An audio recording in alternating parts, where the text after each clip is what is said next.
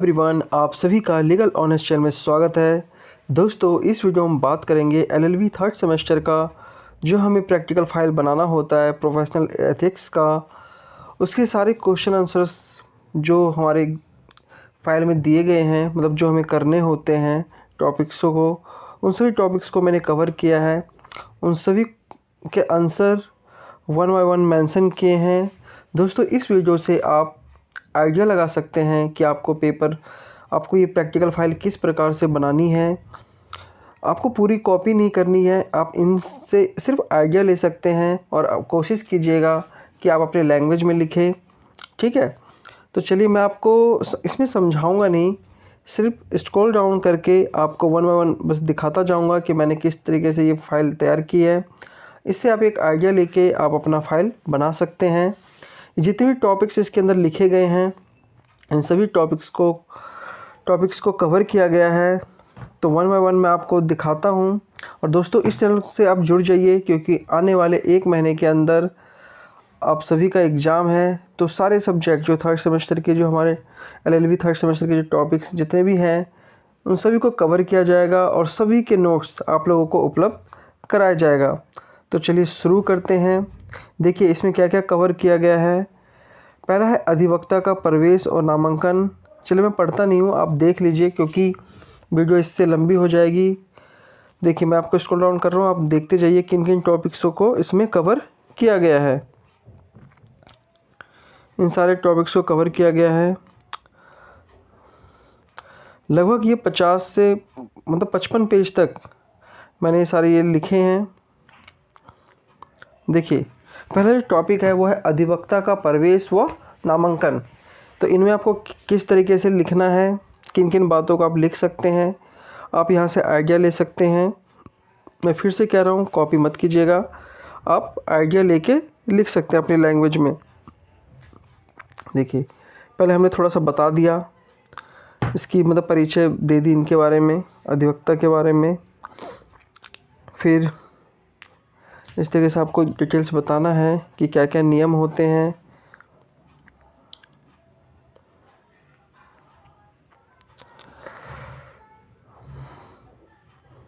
फिर bar council of India वरिष्ठ अधिवक्ता पर कुछ प्रतिबंध लगाते हैं। इनको पॉइंट्स वाइज लिखने में अगर आप लिखते हैं तो ज़्यादा अच्छा रहेगा। अब देखिए क्या क्या एलिजिबिलिटी है, उसको भी पॉइंट्स वाइज लिखा गया है, जैसे नागरिकता, आयु, शैक्षिक योग्यता, फिर अतिरिक्त और क्या क्या कंडीशन है, वो सारी चीज़ें इसमें लिखी गई है। और क्या क्या अगर वजह होगी जिससे आप नामांकन नहीं ले सकते, ये भी बात बताई गई है इसके अंदर। फिर कुछ केसेस भी आप लिख सकते हैं।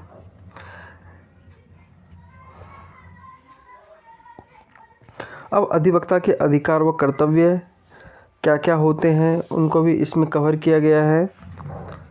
ये सारे हैं, जैसे अधिवक्ता का अभ्यास करने का अधिकार, किसी भी न्यायालय में प्रवेश करने का और कार्रवाई का अवलोकन करने का अधिकार, अधिवक्ताओं को बोलने और अभिव्यक्ति की स्वतंत्रता का अधिकार। मैं आपको समझा नहीं रहा, बस मैं आपको स्क्रॉल डाउन करके दिखा रहा हूँ, जिससे कि आप आइडिया ले सके कि आपको किस प्रकार से कर सकते हैं, इनको क्वेश्चंस को सॉल्व कर सकते हैं, अपने फाइल में लिख सकते हैं। अधिवक्ताओं को फीस लेने का अधिकार, अभियुक्त से मिलने का अधिवक्ता का अधिकार, इन सारे अधिकारों के बारे में आप लिख सकते हैं जो एक एडवोकेट को मिलता है। फिर उसकी ड्यूटीज क्या होती है, अधिवक्ता के कर्तव्य क्या है, वो भी पूछा गया था क्वेश्चन में, तो उसे भी अलग से लिखना है इस तरीके से। एक मैं तो छोटा कर देता हूँ, हाँ, इस तरीके से आप लिख सकते हैं पॉइंट वाइज। निष्पक्ष और ईमानदार वकालत का कर्तव्य, न्यायालय की आलोचना से दूर रहने का कर्तव्य, ग्राहकों के प्रति अधिवक्ता के क्या कर्तव्य है। मैं थोड़ा जल्दी कर रहा हूँ, मुझे पता, आप वीडियो को रोक के आराम से देख के लिख सकते हो क्योंकि 53 पेज है, 55 पेज है टोटल, जिसमें इन असाइनमेंटों को कवर किया गया है। इन सभी क्वेश्चनों के आंसर लिखे गए हैं। मैंने पूरी कोशिश की है कि सारे पॉइंट्स इसमें मेंशन कर सकूं, कुछ केसेस भी लिख सकूं। केसेस भी लिखना बहुत ज़रूरी है क्योंकि ये फाइलों में लिखने के लिए हमें बोला जाता है। फिर अब भारत में विधिक व्यवसाय का विकास किस प्रकार से हुआ, थोड़ा परिचय बता देना है, इंट्रोडक्शन आप दे सकते हैं। फिर उसका ऐतिहासिक विकास, प्राचीन भारत में कानूनी पैसा कैसा था, फिर मध्यकाल में कैसा था, फिर ब्रिटिश भारत में, फिर ये सारे चार्टर अधिनियम में, ये सब आपको मेंशन करने हैं वन बाय वन। मतलब हमें बिल्कुल स्टेप बताना है कि किस तरीके से विधिक व्यवसाय का विकास हुआ। आप इनको इस तरीके से देख सकते हैं। फिर आराम से इसको रोक रोक के आइडिया लेके आराम से लिख सकते हैं इस पॉइंट्स को। फिर इस आज़ादी के बाद भारत में कानूनी पैसा कैसा था, क्या क्या कौन कौन सी समितियों का गठन हुआ, सब इसमें बताना है।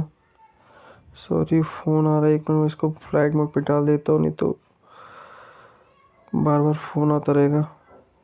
एक सेकंड।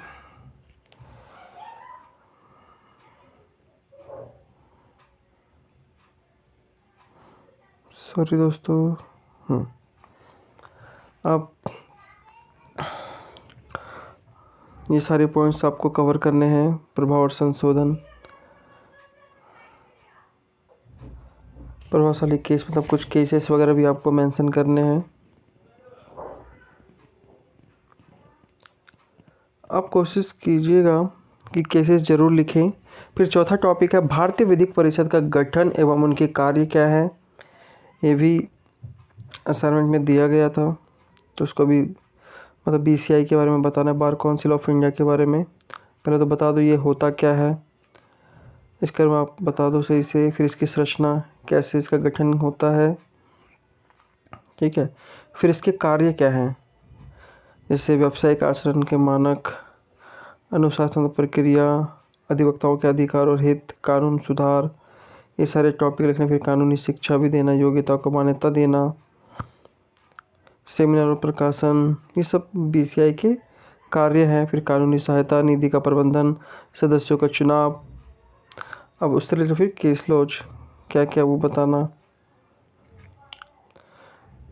फिर राज्य विधिक परिषद का गठन एवं उनके कार्य, स्टेट लेवल पे जो बीसीआई होती है उनकी बारे में आपको बताना है। राज्य बार काउंसिल के बारे में कि उसका गठन कैसे हुआ, फिर उसकी संरचना कैसी है।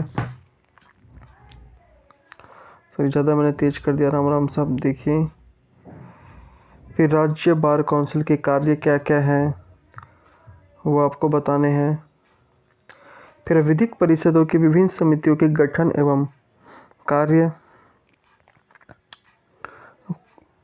ये सब पॉइंट्स में आप इनको लिख सकते हैं। विशेष समिति गठन कैसे हुआ बताना होगा, इसमें कौन कौन से लोग शामिल हो सकते हैं वो बताया गया है। फिर इसके कार्य बताने होंगे कि अनुशासन समिति के क्या कार्य और शक्तियाँ हैं, जैसे दस्तावेजों की खोज या प्रस्तुति, शपथ पत्र पर साक्ष्य प्राप्त करना, सार्वजनिक अभिलेखों की मांग, आयोग जारी करना। फिर विभिन्न प्रकार की शक्तियाँ और भी हैं। फिर महत्वपूर्ण केसेस ज़रूर लिखने हैं इसके अंदर। एक्चुअली मैम ने यहाँ पे क्वेश्चन मार्क लगाया, मैम ने ये कहा है कि इसके अंदर ईयर भी लिखना है कि ये केस कब हुआ था, ठीक है। केसेस भी लिखने हैं, वो मैं बाद में इसको मेंशन कर दूँगा। आप भी थोड़ी सी मेहनत कीजिए, केसेस ढूंढिए और उसका ईयर ज़रूर लिखिए, कहाँ से केस जो आपने लिखा है ये कहाँ से पे इसका जजमेंट दिया गया है, वो भी आपको मेंशन करना चाहिए। फिर न्यायालय की अवमानना का उद्भव, अर्थ एवं प्रकार। आप न्यायालय की पहले तो परिभाषा और अर्थ आपको बताना है, इसको आप बता दीजिए। कुछ परिभाषा किसने क्या बोला ये भी बता दीजिए। अनुच्छेद 129, अनुच्छेद 142 क्या कहता है ये भी बताना है। फिर न्यायालय की अवमानना का उद्भव कैसे हुआ।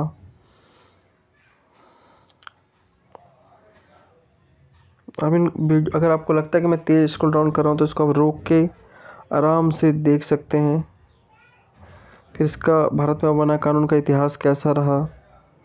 अचानक से तो ये कोई भी कानून नहीं आता है, उसकी कहीं ना कोई एक इतिहास रहता ही है। वहाँ से चीज़ें आती है, कुछ अच्छी चीज़ों को हम अपना लेते हैं। फिर भारत में न्यायालय की अवमानना के प्रकार क्या है? 2 ही प्रकार है, सिविल अवमानना और आपराधिक। फिर सिविल अवमानना क्या होता है ये बता दो, फिर उनके कुछ केसेस भी लिख दो।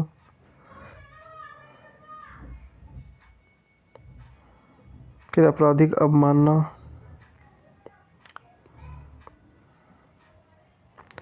न्यायालय को बदनाम करने का मामला। मैंने जो क्वेश्चन मार्क बस इसलिए लगाया कि मैंने वहाँ पे ईयर नहीं लिखा और ये साइटेशन कहाँ से मतलब जजमेंट ली गई ये नहीं लिखा, तो ये आप लोग मेंशन कर लीजिएगा।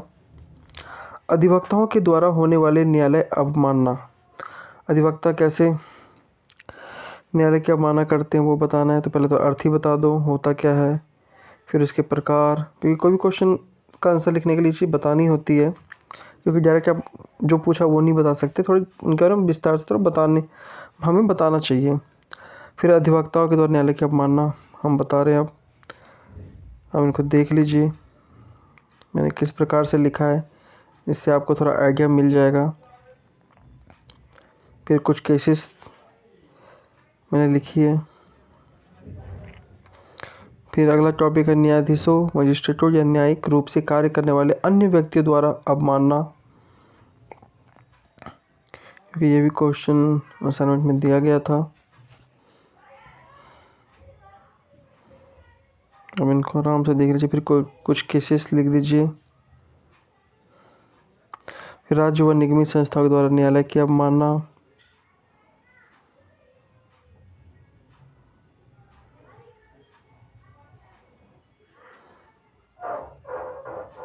फिर महत्वपूर्ण केसेस आप लिख दीजिए। फिर न्यायालय की अवमानना के लिए दंड पनिशमेंट क्या है, पहले तो अर्थ बता दो ये होता क्या है, फिर इसके प्रकार शॉर्ट में बता दो, वो ऑलरेडी हम बता चुके हैं। फिर न्यायालय की अवमानना के लिए सज़ा क्या मिलेगी वो भी बताना है, ये क्वेश्चन में यही पूछा गया है। फिर पनिशमेंट के आदेश के विरुद्ध उपाय क्या है, कब सज़ा नहीं दी जा सकती ये भी बताना चाहिए आपको। फिर ऐतिहासिक अवमानना निर्णय, वही जजमेंट आपको बता, केसेस जो होती है वो उसका आप डिटेल्स दे सकते हैं, कुछ महत्वपूर्ण केसेस के बारे में आप बता सकते हैं। फिर भारतीय संविधान के अनुच्छेद 32 के अंतर्गत दिया गया सर्वोच्च न्यायालय का परमादेश क्षेत्राधिकार, इसमें देखिए रेट तो 5 प्रकार के होते हैं, लेकिन उसमें से सिर्फ पूछा गया परमादेश क्षेत्राधिकार। तो पहले तो आपको इंट्रो में बता देना है कि क्या है ये, इसके सारे प्रकार भी बता देने हैं, रेट के प्रकार बता दो आप, ठीक है। फिर जो पूछा गया इसके बारे में पहले थोड़ा थोड़ा बता दो, ये क्या चीज़ है, बंदी प्रत्यक्षीकरण, उत्प्रेषण रेट, ठीक है। पहले शॉर्ट में आपको इस तरीके से बता देना है।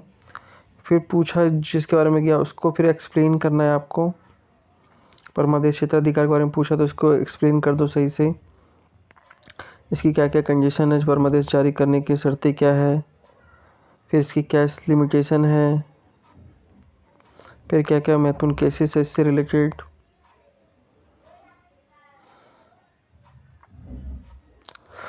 फिर भारतीय संविधान के अनुच्छेद 226 के अंतर्गत दिया गया उच्च न्यायालयों का परमादेश क्षेत्राधिकार, जो हाई कोर्ट है वो अनुच्छेद 226 का प्रयोग करता है और सुप्रीम कोर्ट 332 का। फिर इसके आप बता दो, सॉरी 32 का है, मतलब सुप्रीम कोर्ट किसका करता है 32 और सर्वोच्च और उच्च न्यायालय 226। फिर अनुच्छेद 226 के बारे में आप बता दीजिए थोड़ा।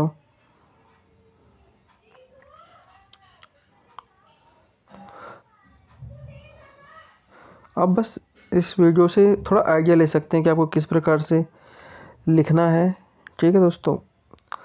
आने वाले समय में इस चैनल पर आपको सभी टॉपिक से रिलेटेड उसके क्वेश्चन आंसर्स करवाए जाएंगे। मैं काफ़ी दिनों बाद वीडियो बना रहा हूँ, लगभग 4 महीने बाद। अब मुझे पता है 1 महीने बाद ही पेपर है, तो फिर इसकी नोट्स वगैरह बहुत जल्दी इस चैनल पर अपलोड किए जाएंगे। तो दोस्तों आपको ये असाइनमेंट कैसा लगा, अगर अच्छा लगा तो वीडियो को लाइक कीजिए, चैनल को सब्सक्राइब कीजिए। धन्यवाद।